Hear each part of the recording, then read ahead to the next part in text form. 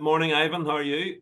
Good morning. Very well. Thanks very much, Peter. On a lovely overcast, wet, gloomy, but Christmas is coming morning. Well, that's the most Christmassy backdrop I've seen in a long time there. So you get ten out of 10 for that.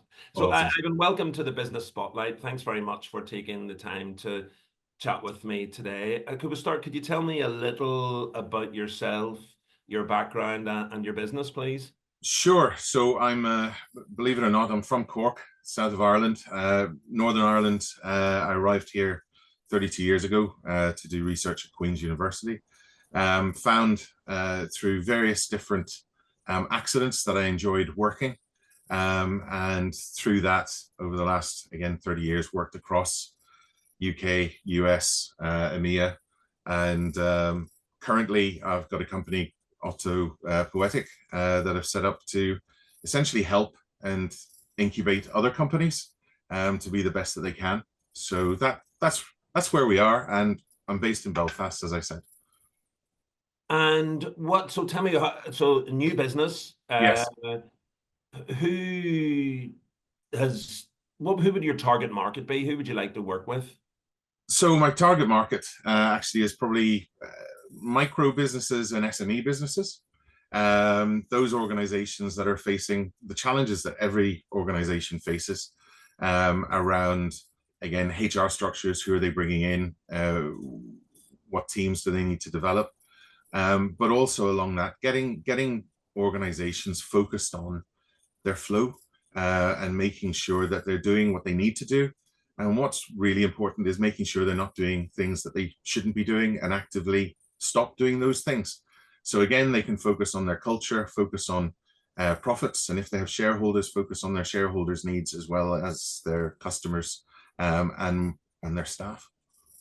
So, talk me a little about your business journey, Ivan, over the years. So, you say you started off, you came research Queens at the start. Yes. So, tell me some of the stepping stones along the way. Yeah. So did my undergrad in London. Then Queens attracted me with our typed letters. There was no internet or anything else, and good conversations. So I did research in physics, enjoyed that, and then happened upon some work and working for basically an oil company towards the end of my research. That then led to me identifying that companies have problems and issues that need to be resolved. And I established an environmental company to clean up the mess that I saw back then with oil and engineering and everything else. I was then surprised that my main supplier for the environmental company brought me on board, and they wanted me to set up a consultancy. So I did. And in setting that consultancy up, we landed quite a large brewing organization in Ireland. And that actually then led to dealing with what was called, or what the gentleman introduced to me as the millennium bug back in the 90s. I could have made a lot more money, but I fixed his problem. And in fixing that problem, started my journey into software. First software startup, an early CRM organization, setting up offices then in Dublin. But then it's led and cascaded ultimately to setting up organizations that work with and work within other organizations to make them better. So coming, if you like, closer to modern day history, because there's been a lot of stuff in between, helped an airline fill aircraft using data. Data has always been fundamental to my journey. And then on that, another software and hardware startup in London, where we powered all the world events with large Irish bands, American female singers, etc. COVID hit. We lost all of our customers. Instead of the lovely 7-story headquarters that I'd moved everybody into, I moved to my shed, but I had my team across 5 continents that we needed to keep fed. And so we reinvented a piece of technology, delivered that during COVID, which resulted in us ultimately selling to a gaming organization, software games manufacturer. And then I thought I'd just sit in my shed for a while and enjoy all the hard work, you know. But got tapped on the shoulder, helped an insurtech set up, and we built that out over the last 3 years. And then I've moved on from that because now I want to build new, and that's where Otopoetic has arrived, and keeping me busy already over the last 6 weeks in Northern Ireland. And what would you say has been your biggest lesson as a business owner? Biggest lesson is you have to talk. You have to basically get involved with people. People are fundamental to what it is that we do every day. And within the work environment is where we spend most of our time. So even when we have I'm a full-time dad, still am, even after 25 years. But when you consider that you have 8 hours a day, at least, that you're at work, you then come home, you've got maybe 4 or 5 hours, and then the rest of the time you're sleeping. So, work is a very important part of our lives. And in working with people, you have to be able to be adaptable, and you have to be able to understand every nuance and situation as it presents itself. Sometimes you can, sometimes you miss things, but that's why you work with people, because other people have other skills that you don't have. And it's appreciating, again, as I said, understanding what it is you don't do, but it's really important to understand what it is you're not very good at doing, so that you can get people to provide you with new insights that allow you to evolve and allow everybody else to evolve. And again, with, I suppose, leadership, the irony of leadership is you ultimately want people to understand what it is they can do when you're not there. So it's an interesting balancing act, but you want to bring people along. You want to push people forward, and you want to make sure that people are not reworking, wasting time. So again, adaptability, I think, is probably the key thing. And what have you learned about yourself along over the years? So driving down a lovely country road early in the morning in North Yorkshire, heading for a go live that, if it went wrong, there were 5,000 people would not get deployed on that day, which would then impact millions of people. And again, driving down that road, you get the time to think about these things rather than all the stuff that you've been doing to prepare for it. And you realize, actually, professionalism is not running away when you really, really want to. And really what it comes down to is it's resilience. You have to be resilient, but also in that collaboration with people, there are things that people will know that you will do, that you give them, that you entrust in them, and that you've innovated. That when you arrive, it's not you arriving, it's the fact that everything else that you've done with people gives them the confidence that it's all going to be okay. So I think from the point of view of what I've learned about myself, it's resilience. It's also being able to, again, adapt quickly, but also push through, because again, you want to take the advice, you want to take the information in, but also you need to understand where people are, what they're doing, and be able to get people all going in the right direction. And that, yeah, if it's one word, it's resilience, because you have to just, right, we're going to do this, come with me. Okay, some people may have to move to the side, but they'll get it, they'll understand. And again, within that resilience, you have a culture that people will understand and follow. And what is it that gets you out of bed in the morning and drives your passion for business? So I've the 2 dogs. They're the things that get me out of bed, because I have to look after them. So again, it's the thing that gets me out of bed. One, get out of bed. The other one then is make the bed. So I've done 2 things already in the day. So I've actually achieved something. So for getting out, it's getting at what are we going to achieve today? What is it that we're going to make better? So wherever I've gone over the last 30 years, it's about making things better than they were before I arrived, and also making them sustainable and maintainable after I've left.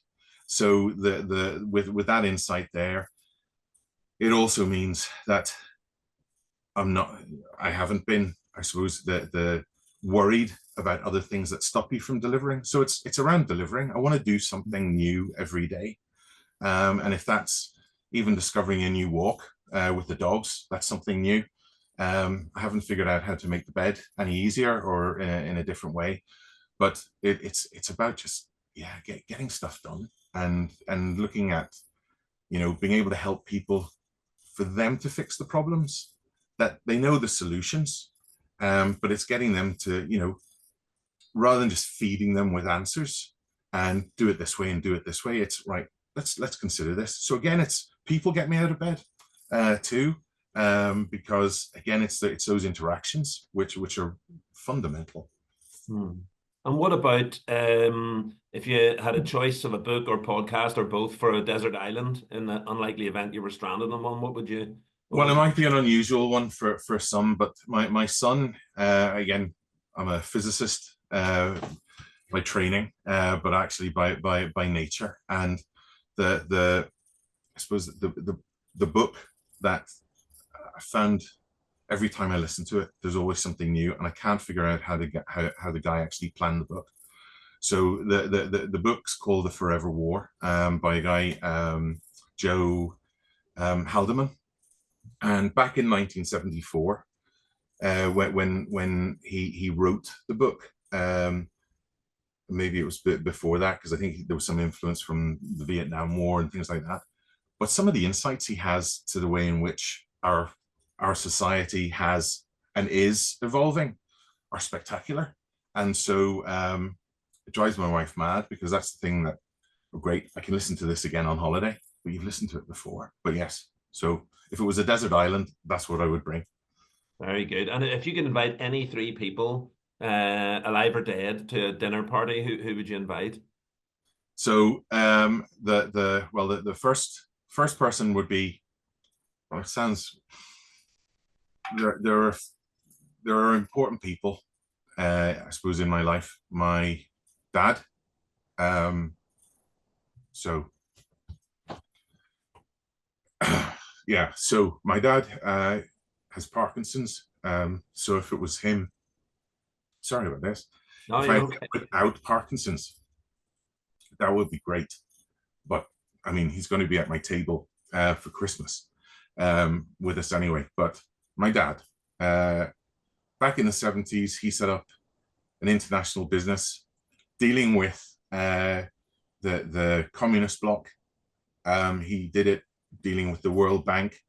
He put in his marketing campaign for it was to get the Polish government to give us a helicopter for 6 months, and so that we could deliver services during harvest season, because it was an agricultural business, to anywhere in the UK within 4 hours. So you'd have your equipment, you'd have a mechanic, and a helicopter would arrive. There was a lot of fun with that. There was a lot of marketing with that. My dad's way of doing business was awesome and still is awesome, and he's still interested. The other person would be my grandfather. Now, I'll take either of them. I never met my dad's grandfather. Or father. He passed away earlier on. But certainly my mom's father. When we moved to England back in the 70s, he told me all of the rivers, all of the cities, all of the towns that were in the area that we were going to live in. And this he'd been taught by a teacher back in probably the 1900s in rural Ireland, who had the clock under his hand and educated him. So I'd love to get that insight. The other gentleman who I'd met and became my mentor was Charles Handy. So Charles, born in Kildare, but has had a wonderful life, written many books. But again, being able to have him around the table to talk to him about leadership, and for him to, I suppose, have a go at me about the good stuff that I've done and the bad stuff that that I could have done better. That would be good. So they'd be the three around the table. Very good. And if you could go back in time and give some advice to the 18-year-old Ivan, what would that sound like? It's well, even though that evolves all the time, but I think it's that thing of you can do it. Don't, you don't have to. There are so many things out there that nobody knows how to do.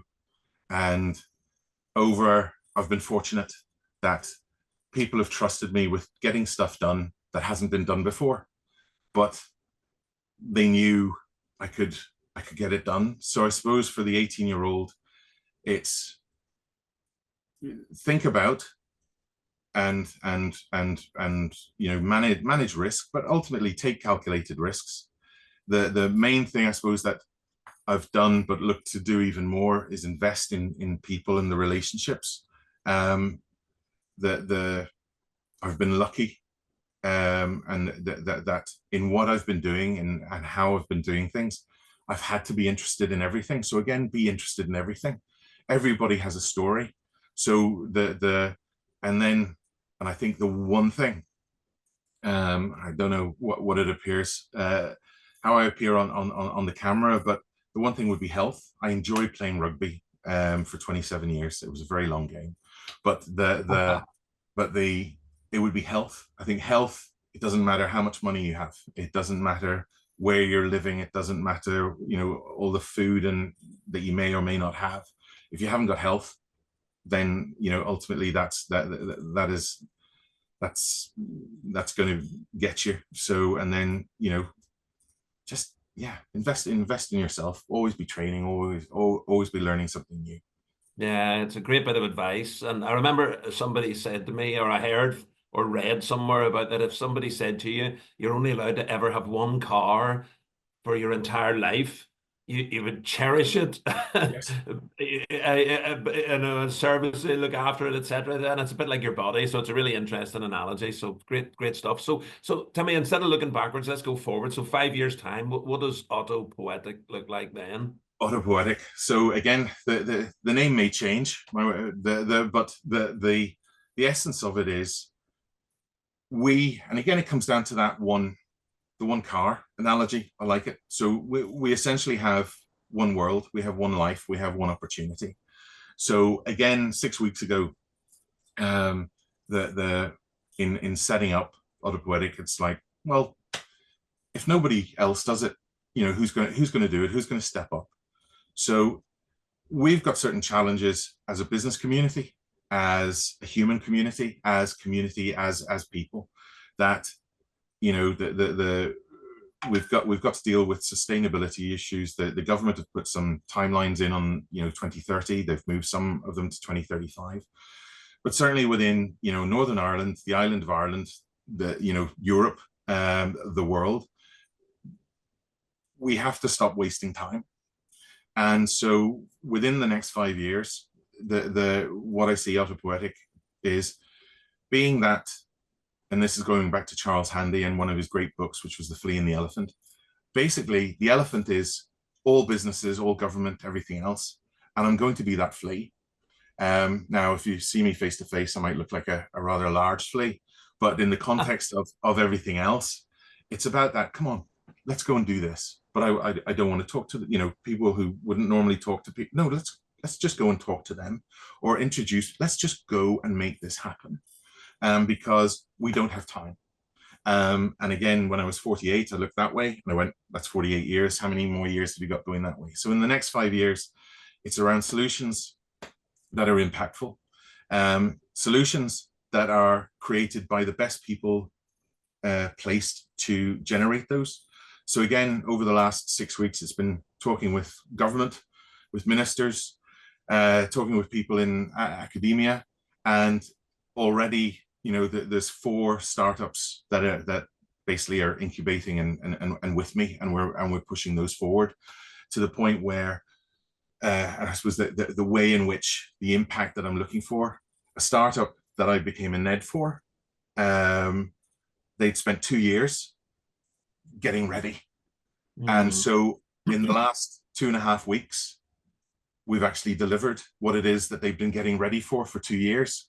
And it's just getting them focused on, stop doing that, do this, stop doing that, do this, get it done. And so over the next 5 years, doing that more with more people, with better people than myself, to basically make sure that for your 11-year-old, my 25-year-old, 23-year-old, and the other kids that are here, that we've actually got a sustainable environment, a sustainable business community, and we're pushing forward together. That's basically it for the next 5 years. Very good. I'll try and make it 6 too. Sounds good to me. Well, Ivan Roche from Otopoetic, thanks very much for taking the time to chat with me today. I wish you every success for Otopoetic in whatever form it may take for into 2025 and beyond. So Ivan, thanks very much indeed. Lovely. Thanks, Peter, and have a great Christmas. And you. Merry Christmas. Right. Take care.